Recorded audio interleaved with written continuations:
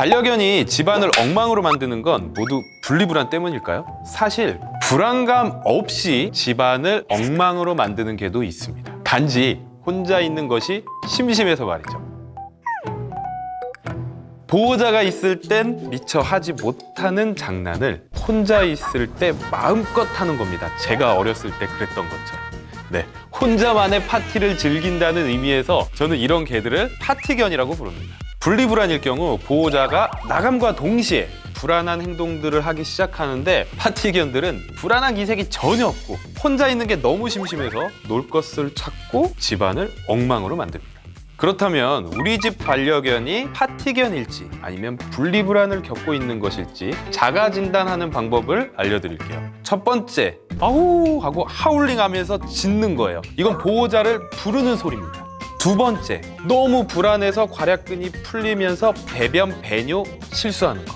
세 번째, 집안 엉망으로 만들기가 있습니다. 주로 출입구 쪽이라면 분리불안을 겪고 있을 가능성이 상당히 높습니다. 가장 정확한 방법은 외출 후 한 30분 정도 비디오 촬영을 하는 겁니다.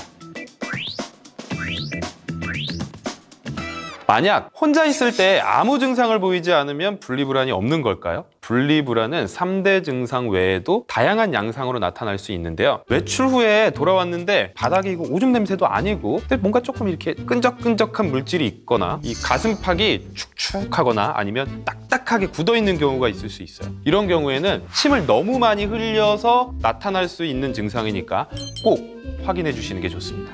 그렇다면 반려견에게 분리불안이 생기는 원인은 무엇일까요? 우선 분리불안은 말 그대로 보호자와 분리된 상황에서 불안을 느끼는 증상입니다.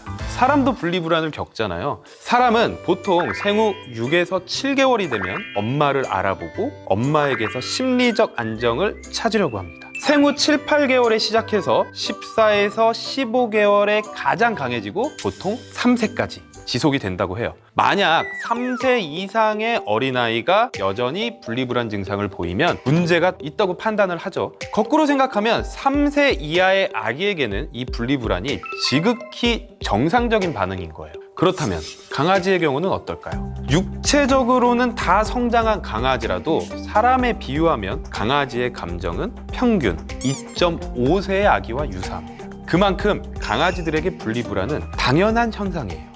하지만 여기서도 편차가 나타납니다. 어떤 개는 혼자 남아도 적응을 잘하는 반면 어떤 개는 불안을 참지 못하고 하울링, 짖기, 아무데나 배변 배뇨하기, 집안 어지럽히기 등의 증상을 보이게 됩니다. 차이점은 반려견이 자신의 감정을 스스로 컨트롤할 수 있는 능력이 있느냐 없느냐입니다. 인터넷에 반려견의 분리불안에 대해 검색해 보면 분리불안이 생기는 원인에 대해서 다 이렇게 나와요. 개를 너무 예뻐하고 오냐오냐 키워서 그렇다 이런 말이 정말 많은데 아닙니다. 절대 아닙니다. 지금까지의 연구 결과로는 유전적이든 사회화의 부족이든 이 기저 감정에 불안을 가지고 있으며 진화 과정에서 사람에게 의지하도록 만들어진 개들 중에 그 정도가 더 큰 개체가 보호자와 떨어졌을 때 분리불안을 느낀다라고 밝혀졌습니다. 예로 독일과 헝가리의 연구를 살펴보면 보호자가 개를 밀어내고 떼어놓으려는 성향이 강할수록 반려견의 분리불안 점수가 높아지는 것이 확인됐습니다. X축이 어보이던스 스코어입니다. 그러니까 점수가 높을수록 내 반려견을 조금 더 밀어내는 경향이 강하다라는 거고요. Y축은 SRD라고 써 있는 게 Separation Related Disorder입니다. 그러니까 분리불안. 점수가 높을수록 분리불안이 심하다라는 건데요.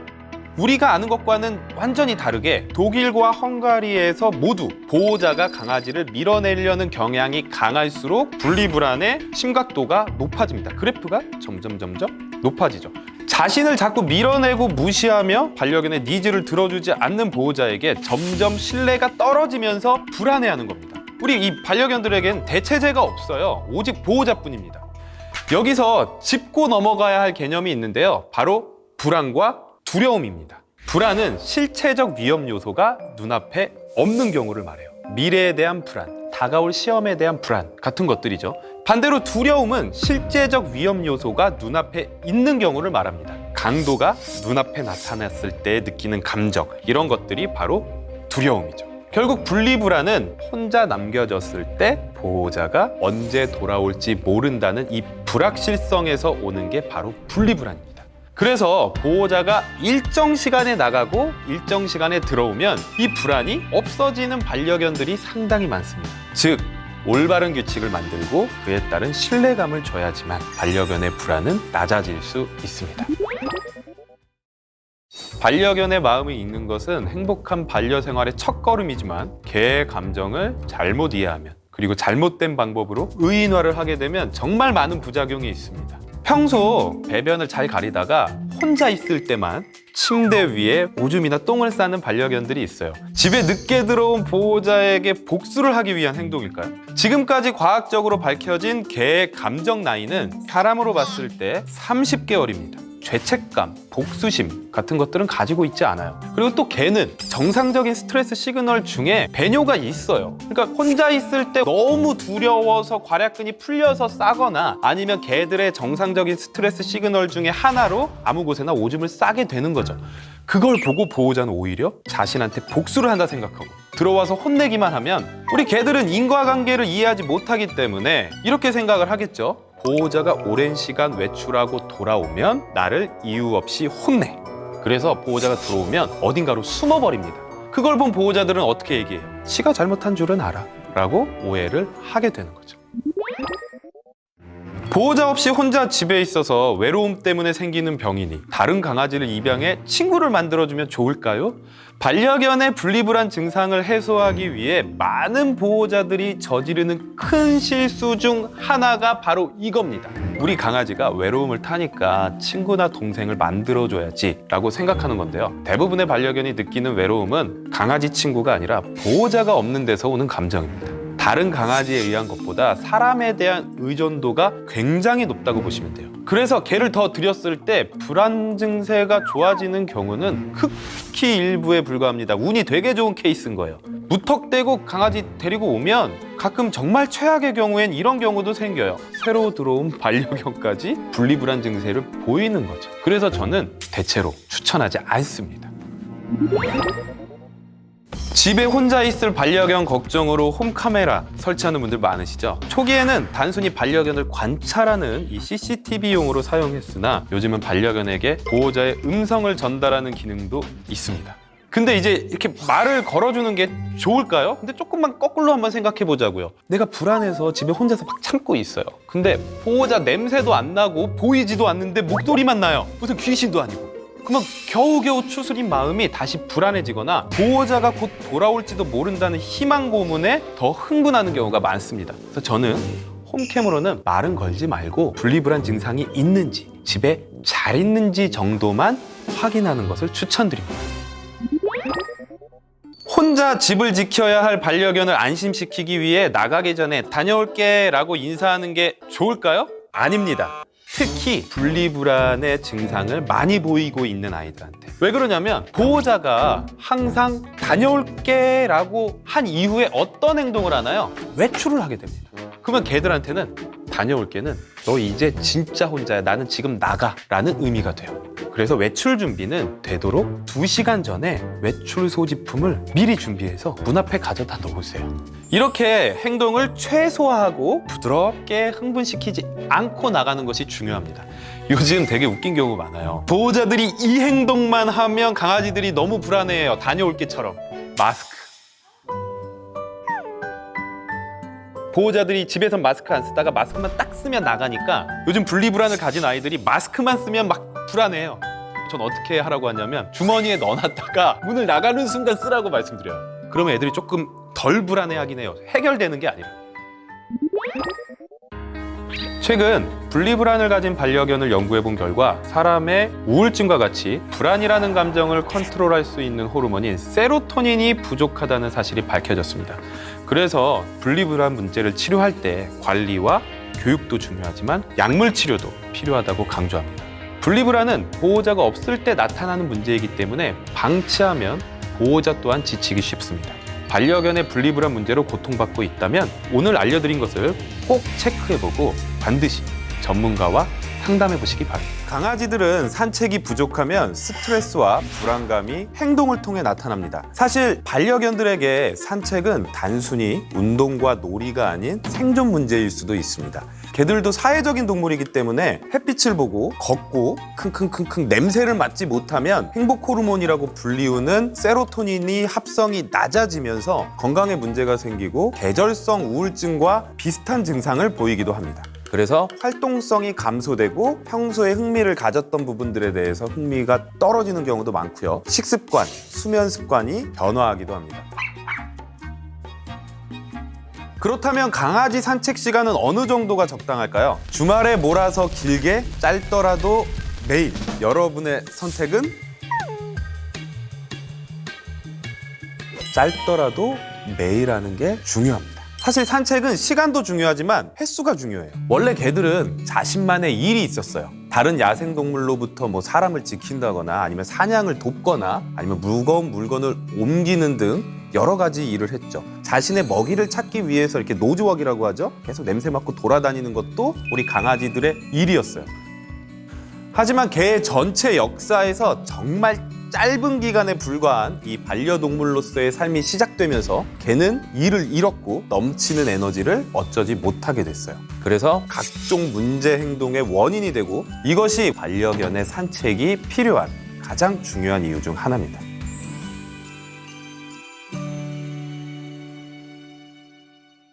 개의 후각은 사람보다 100만 배에서 최고 1억 배까지 발달되어 있는데 산책 시의 냄새는 훌륭한 정신적 자극이 되고 소변, 대변, 항문낭 분비물 등에 존재하는 화학적 메시지를 통해서 개들의 일상적 소통이 가능합니다. 코로 본다고 말할 정도로 후각으로 세상을 판단하기 때문에 여러 가지 냄새가 강아지의 기분과 정신 상태에 큰 영향을 미쳐요. 올림픽 수영장 2개를 채운 물에 잉크 한 방울 정도의 양을 떨어뜨려도 찾아낼 수 있고요. 물체의 냄새를 성분별로 하나하나 분리해서 맡을 수 있습니다. 예를 들어서 저 같은 경우에는 이건 카레 냄새야 라고 생각을 하겠지만 우리 개들은 그 안에 있는 재료 하나하나의 냄새를 다 분리해서 맡을 수 있는 거예요. 강아지들의 코는 안에 단면을 보면 정말 미로처럼 돼 있어서 해부학 공부할 때 조금 징그러운 느낌이 들 정도로 제가 가끔 이런 얘기도 하거든요. 보호자님이 긴장하면 개들이 다 알아요. 긴장하고 스트레스 받는 순간 스트레스 호르몬이 우리 몸에서 분비가 되고요. 그 스트레스 호르몬의 냄새를 우리 개들이 맡게 되는 거죠. 요즘 반려견을 위한 노즈웍, 후각 훈련을 위한 각종 장난감이 유행하고 있는데 이것도 좋긴 해요. 좋은데 그 어떤 이런 노즈웍 장난감도 산책만큼의 효과를 내지 못합니다. 산책해서 바깥의 냄새는 항상 바뀌거든요. 저는 그러거든요. 아이들이 냄새 맡고 마킹하는 게 사람들 SNS 하는 거다라고 얘기를 하는데 바람이 불면 또 냄새가 바뀔 거고요. 비가 오게 되면 땅 냄새가 촉촉해지면서 이 흙 냄새나 땅 냄새들이 더 많이 올라오게 되고 냄새가 바뀌면서 자기가 하고 싶은 거를 더 하려고 하는 경우도 상당히 많습니다.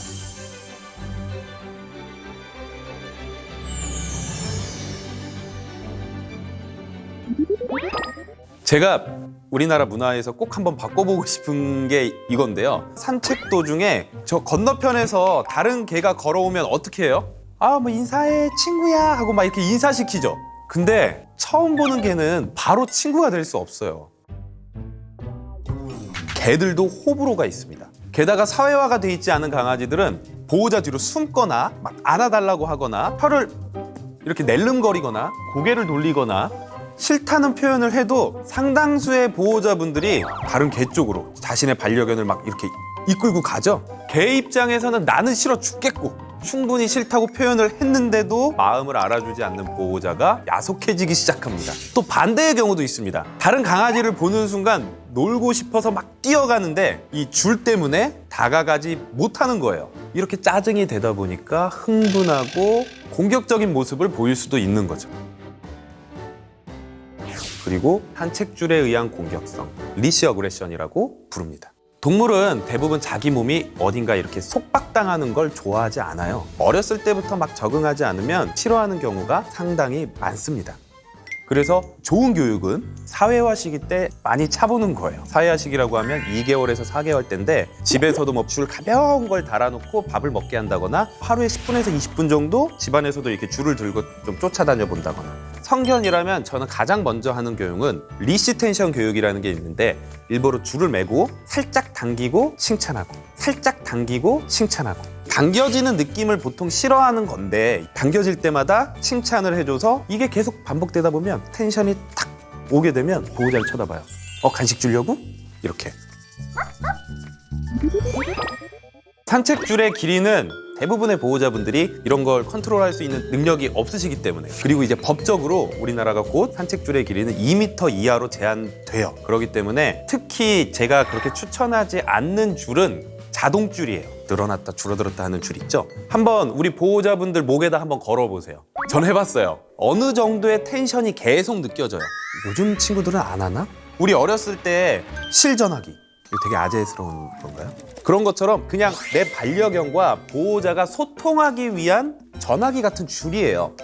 근데 계속해서 텐션이 오고 있다? 그러면 강아지 입장에서는 이 줄에서 오는 신호에 대해서 별로 신경을 안 써요.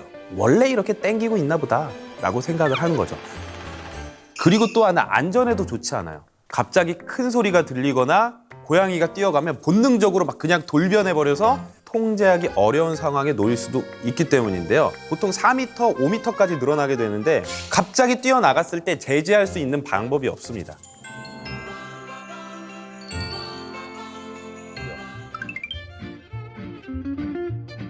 강아지들의 건강이나 환경에 대한 기준을 마련하는 연구소가 있는데요. 거기서 이 정도 추웠을 땐 그래도 좀 조심해야 돼 라는 거를 기준으로 만들어준 표입니다. 이 세로축이 기온, 가로축이 동물의 크기예요. 중형견은 보통 한 10에서 20kg 정도, 20에서 25kg 이상을 대형견으로 보시면 됩니다. 소형견 같은 경우는 12도, 중형견 같은 경우에는 한 10도, 대형견 같은 경우에는 7도 정도까지는 전혀 문제 없다. 밖에서 재밌게 놀아. 라는 온도고요. 이 숫자 3이 써 있는 것부터 조금씩 조심해야 됩니다. 털이 좀 짧은 견종들, 단모종 견종, 아니면 선천적으로 추위에 약한 견종이 있어요. 대표적으로 제가 반려하고 있는 이탈리안 그레이하운드 같은 친구들은 갑상선 기능도 조금 활성화가 안 돼서 추위를 더 탄다라고도 얘기를 하거든요. 그리고 위험도 5를 보면 이거는 생명을 위협할 만한 추위다 라고 얘기하는 거예요. 이때는 나가게 되면 이제 옷을, 요즘 패딩도 잘 나오니까요. 이게 히트텍도 나오고 있어요. 아주 따뜻하게 입히고 나가시거나 밖에 있었던 아이들은 들어오게 하는 게 좋습니다. 만약에 눈이 오거나 좀 습도가 조금 높다라고 한다면 이 모든 점수에다가 플러스 2를 해야 됩니다. 나이가 많거나 6개월 이하의 강아지들도 플러스 1씩을 해주시는 게 좋습니다. 시베리안 허스키, 알래스카 말라미트 이런 종들 같은 경우에는 추위에 워낙 강하기 때문에 위험도에서 1씩을 빼줘야 돼요. 여름에 정말 막 우울증처럼 막 힘들어서 아무것도 움직이지 않다가 겨울이 되면 난리가 납니다. 너무 행복해요. 영하 6도부터는 작은 체구의 반려견들에게는 오랫동안 있을 경우에는 생명을 위협할 수도 있다 라는 추이고요. 영하 12도 아래로 기온이 떨어질 때는 야외 활동을 길게 하지 않는 것을 권고합니다. 특히 면역력이 약하거나 호르몬성 질병으로 털이 잘 자라지 않는 경우는 옷을 입히는 걸 추천드립니다. 그런데 옷을 입기 싫어하는 강아지들도 있습니다. 옷 입을 때 막 보호자를 물려고 하고 막 난리치는 친구들도 있어요. 근데 그런 친구들한테 하나 팁을 드리자면 배 밑에서 이렇게 스트랩만 간단하게 딱 채워주면 되는 옷들이 있어요. 이런 옷을 장만해서 산책을 하는 것을 추천드립니다. 또 하나, 보호자분들이 많이 하는 걱정은 우리의 발이 시리지 않을까입니다. 우리가 좋아하는 보리차 냄새나고 말랑말랑한 그 반려견들의 발바닥은 물, 흙, 돌바닥 이런 척박한 환경을 뛰어다닐 수 있도록 진화됐기 때문에 어느 정도 훨씬 더 잘 참을 수 있어요.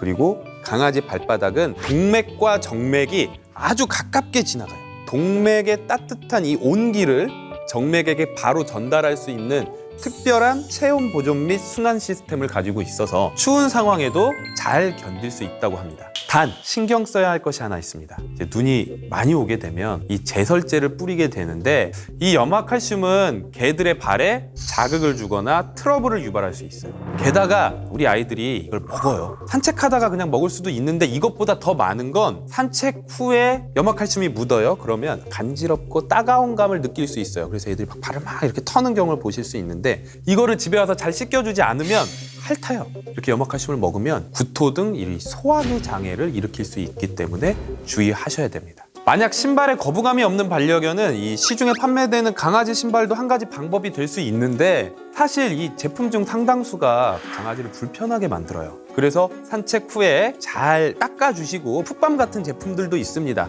이런 걸로 관리해 주시는 것도 괜찮습니다. 이제 산책을 마무리하고 집에 돌아가려고 하는데 버티는 강아지들은 왜 그런 걸까요? 첫 번째, 더 놀고 싶어서.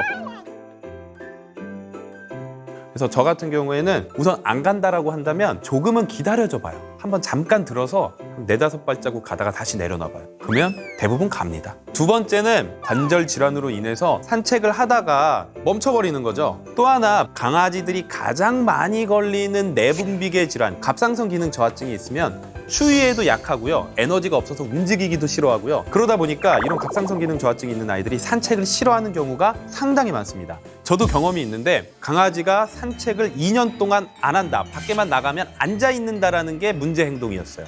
근데 저는 딱 들어오는 순간 보였어요. 살이 쪄 있고 등에 데칼코마니처럼 털이 빠져 있는 거죠. 그래서 갑상선 호르몬을 복용하기 시작했어요. 일주일 만에, 2년 만에 처음으로 산책을 하기 시작했습니다. 그래서 만약에 이런 문제가 있으면 집에 돌아가기 싫어서 고집을 부린다고만 생각하지 마시고 의학적 문제도 의심을 해봐야 돼요. 저는 반려동물들의 행동학에 대해서 공부를 하고 산책의 중요성에 대해서 더 알게 되면서 가장 처음 느낀 게 뭐였냐면 우리 반려견들이 올드보이의 최민식처럼 살고 있진 않았나. 우리가 이뻐해주기만 하지 정말 아무것도 취미생활 없이 갇혀있는 친구들이 너무 많지 않았나. 보호자와 동물이 같이 행복해야 되기 때문에 반려견이라고 하는데 산책을 하지 않으면 반려견이 될 수 없거든요. 여러분들도 우리 아이들이 진짜 반려견으로 살고 있는지 다시 한번 생각해 보셨으면 좋겠습니다.